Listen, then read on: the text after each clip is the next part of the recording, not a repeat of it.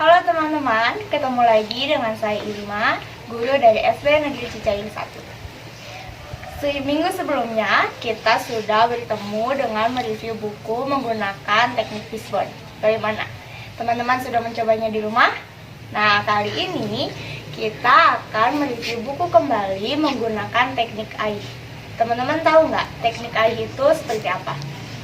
Mereview buku menggunakan teknik AI yaitu kalian mencantumkan identitas, alasan membaca bukunya, lalu isi dari buku bacaan yang kalian baca, dan hikmah yang kalian ambil dari cerita itu.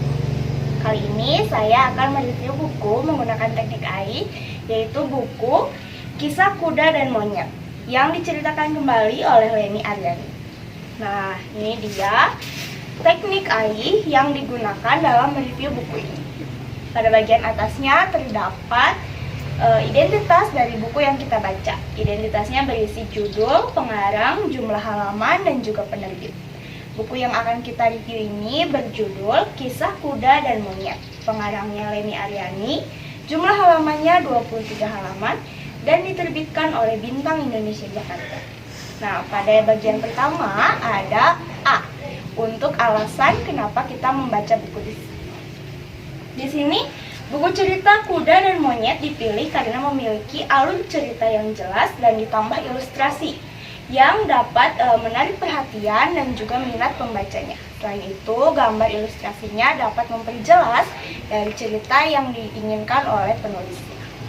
Bagian kedua adalah I, untuk isi. Di sini diceritakan kembali mengenai isi yang ada dalam cerita tersebut. Buku cerita Kuda dan Monyet karya Leni Aryani menceritakan kisah seekor monyet yang sombong. Monyet sombong itu ingin memamerkan kepada teman-temannya kemampuan dia mengendarai kuda atau menunggangi kuda. Nah, namun saat menunggangi kuda itu, monyet gagal dalam mengendalikan kudanya. Akhirnya dia melompat dan menjatuhkan si monyet itu. Monyet itu pun akhirnya terjatuh. Nah, pada bagian terakhir, bagian hikmah. Nah, di sini kita menuliskan hikmah atau pesan yang kita dapat setelah membaca buku cerita tersebut. Hikmah dari kisah kuda dan monyet ini adalah kita tidak boleh sombong. Kita harus sadar bahwa apa yang terlihat mudah belum tentu bisa kita lakukan.